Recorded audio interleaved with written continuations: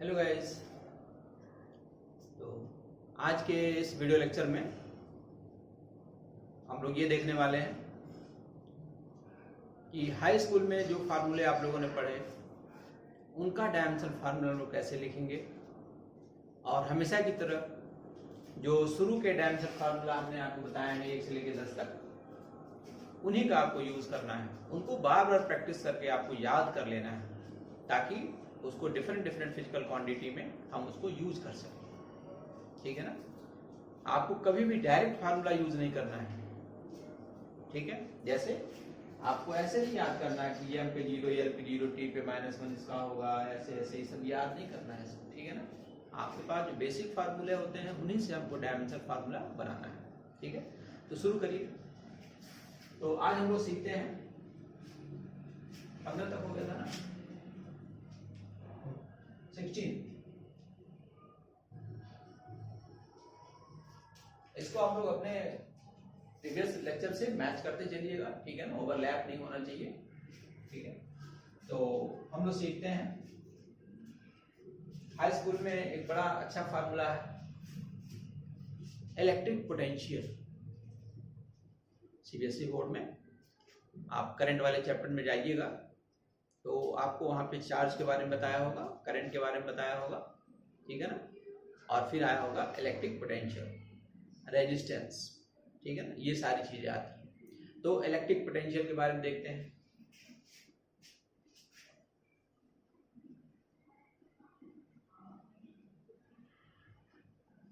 ठीक है, तो इलेक्ट्रिक पोटेंशियल V होता है W/Q। याद आ गया होगा। इसको कैसे डिफाइन किया गया? किसी भी चार्ज बॉडी को पूरे सर्किट में फ्लो कराने के लिए जो वर्क डन करना पड़ेगा सेल को, तो work done per unit charge को हम लोग बोलते हैं इलेक्ट्रोमोटिव फोर्स। ठीक है ना। और इलेक्ट्रिक पोटेंशियल क्या होता है? तो electric potential generally electric field में हम लोग देखते हैं। ठीक है, लेकिन डेफिनेशन वही होता है। मतलब किसी चार्ज बॉडी को इंफिनिटी से इलेक्ट्रिक पोटेंशियल में लाने में जो वर्क डन करना पड़ेगा या इलेक्ट्रिक फील्ड में लाने में जो वर्क डन करना पड़ेगा पर यूनिट चार्ज, उसको हम लोग बोलेंगे electric potential at that point. ठीक है, तो यानी बहुत ज्यादा डिटेल नहीं आप लोगों को सोचना है अभी। Work done per unit charge. ठीक है, तो वर्क डन, वर्क आपको याद नहीं है, F इंटू डी कर लीजिए। चार्ज आपको नहीं याद है, I इंटू टी कर लीजिए। हमको भी नहीं याद है, हम मान लेते हैं हमें नहीं याद है, हम कुछ नहीं कर सकते। तो हम उसको क्या करेंगे, छोटे छोटे टर्म्स में आपको ब्रेक डाउन करना है उसको। ठीक है, तब तक ब्रेक डाउन करेंगे जब तक सारा याद ना आ जाए। ये M इंटू ए इंटू डी हो गया और ये I इंटू टी हो गया। ठीक है ना। तो अब तो आपको याद आ गया होगा ना कि M का क्या लिखते हैं, A का क्या लिखते हैं, D का क्या लिखते हैं, करंट फंडामेंटल का क्या लिखेंगे, टाइम T है क्या लिखेंगे। ठीक है, तो शुरू करिए। तो M, कैपिटल M, A का मतलब एक्सेलरेशन, D का मतलब लेंथ, I का मतलब एम्पियर और T का मतलब टाइम। इसको सही कर लीजिए। L और L पे 2, T ऊपर गया तो एक और माइनस आप पावर आ जाएगा, तो T पे -3 और A पे -1, ये हो गया P। तो इलेक्ट्रिक पोटेंशियल कैसा यूनिट होता है? वोल्ट। और ये डायमेंशन फार्मूला हो गया E पे -3, A पे -1। ठीक है, तो इस तरीके से आपने वोल्ट को समझ लिया कि कैसे उसको हम लोग राइट डाउन करें। अब आता है आपका रेजिस्टेंस। ठीक है, रेजिस्टेंस बहुत तरह के होते हैं। ठीक है, जितनी भी चीजें किसी चीज के फ्लो में ऑब्स्ट्रक्शन पैदा करती हैं उन्हीं को हम रेजिस्टेंस बोलते हैं। ठीक है, तो अगर चार्ज के फ्लो में कोई कंडक्टिंग मीडियम ऑब्स्ट्रक्शन लाता है तो उसको हम लोग इलेक्ट्रिक रेजिस्टेंस बोलते हैं या इलेक्ट्रिकल रेजिस्टेंस बोलते हैं। ठीक है, अगर कोई बॉडी पानी में मूव कर रही है वाटर रेजिस्टेंस हो जाएगा। ठीक है, अगर कोई बॉडी एयर में मूव कर रही है, जैसे रॉकेट हुआ, एरोप्लेन हुआ, व्हीकल्स हुए, ठीक है ना, तो वो एयर रेजिस्टेंस हो जाएगा। तो रेजिस्टेंस का लिटरल मीनिंग जो होता है कि किसी भी चीज के मोशन में जो हर्डल आते हैं उन्हीं को हम लोग क्या बोलते हैं, रेजिस्टेंस। ठीक है, तो रेजिस्टेंस को हम लिखते हैं R, और ये नॉर्मली क्या होता है, वोल्टेज पर यूनिट करंट। ठीक है ना, जैसे आपको अच्छी तरीके से याद होगा कि अगर हम कोई बैटरी हम लगा दें, ऐसे सेल लगा दें, तो इसमें करंट अगर I फ्लो हो और इसका वोल्टेज अगर V होते हैं V, तो R equal to V upon I। Current का मेजरमेंट हम एमीटर से कर लेंगे, वोल्टेज का मेजरमेंट हम वोल्टमीटर से कर लेंगे, और वोल्टेज और करंट का जो रेशियो होगा वही इस कंडक्टर का रेजिस्टेंस है। ठीक है, तो वोल्टेज, अब वोल्टेज आपने बताया कि हमको नहीं पता है, हमको भी नहीं पता है, तो हम वोल्टेज को ब्रेक डाउन करेंगे। वोल्टेज का मतलब W/Q, वोल्टेज ब्रेक डाउन हो गया। I का मतलब Q/T, ये ब्रेक डाउन हो गया। ठीक है, अब ये I तो फंडामेंटल है, इसको ब्रेक डाउन करने की जरूरत नहीं है। Q का मतलब I × T और I, W का मतलब M × A × D। ठीक है ना, तो ऐसे इसको हम लोग ब्रेक डाउन करते चलेंगे। ठीक है ना, एक एक करके करो, ज्यादा इसमें हड़बड़ाने की जरूरत नहीं है। F का मतलब M × A × D, I और I स्क्वायर हो गया, और T, अब इसके वैल्यू को हम रखते हैं। M का मतलब कैपिटल M, A का मतलब LT-2, D का मतलब L, A स्क्वायर और T का मतलब T।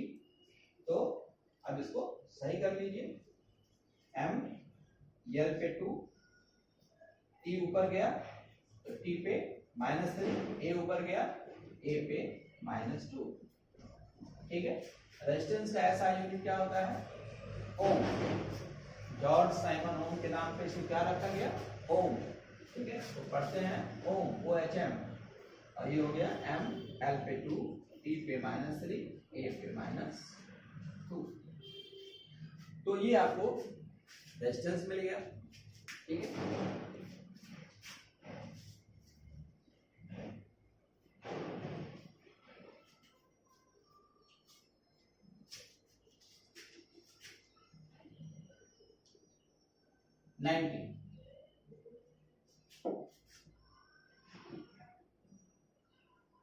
Universal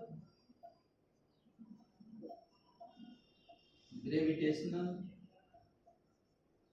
constant capital G। ठीक है, हाई स्कूल में ये फार्मूला नहीं है, ये 9th क्लास में है। तो 9th में जब ग्रेविटेशन में आप आएंगे तब ये आपको फार्मूला मिलेगा, उसमें G के बारे में पता होगा।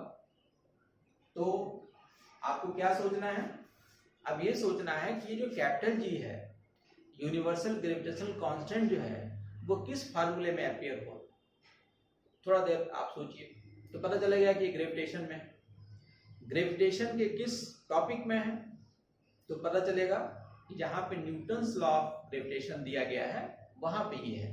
तो उसको हम लोग रिमाइंड करेंगे दिमाग में।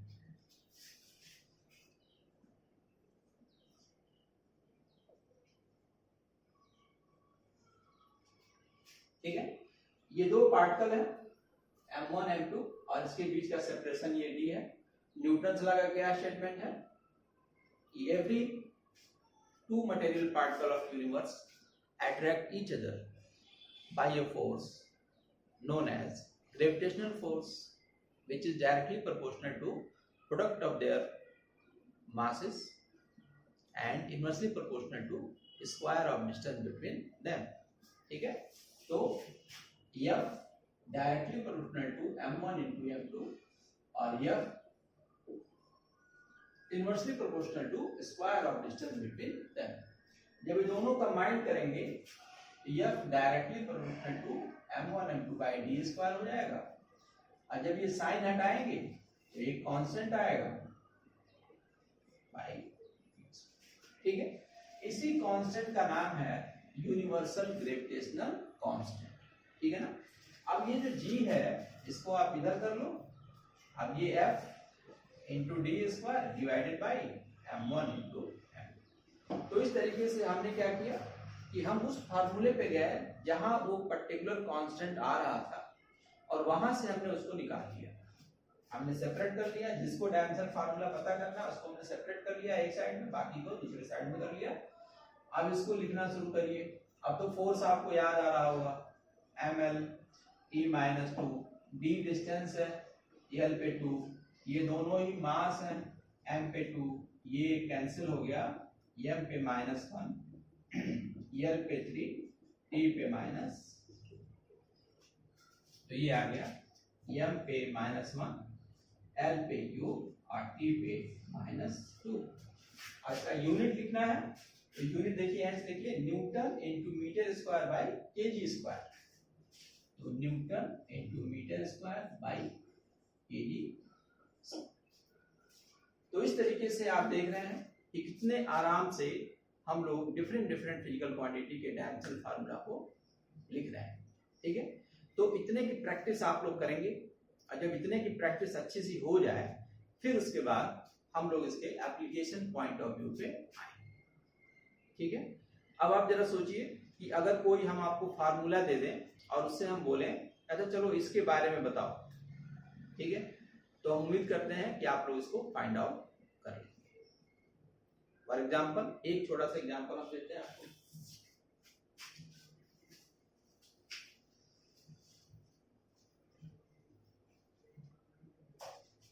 प्लैंक्स कांस्टेंट,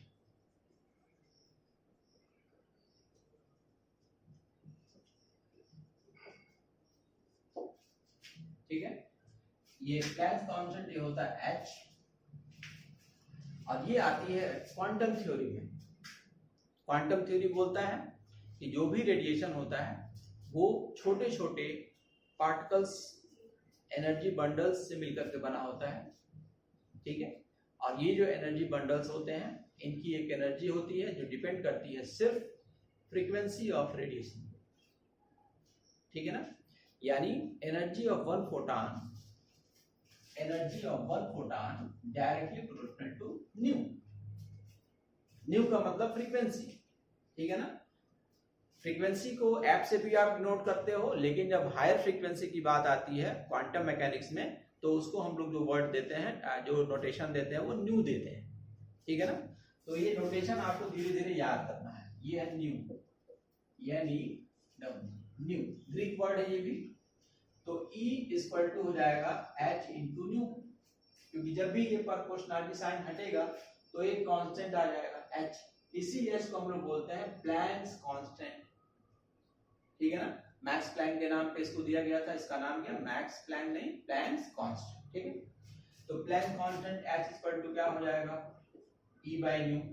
ठीक है, अब E का डायमेंशन फार्मूला वर्क के बराबर होगा और वर्क m l पे 2 t पे -2। न्यू का मतलब फ्रीक्वेंसी, फ्रीक्वेंसी का मतलब देख लीजिए फटाफट क्या, t पे -1। न्यू का मतलब होता है फ्रीक्वेंसी। ठीक है, और E स्टैंड्स फॉर एनर्जी, यहां पे लिख देते हैं energy of one photon.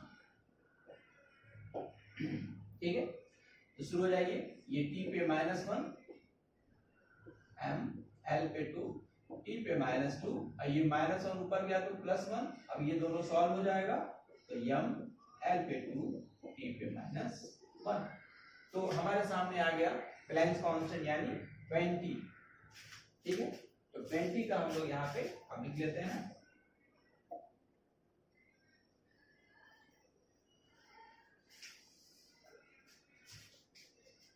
20 planks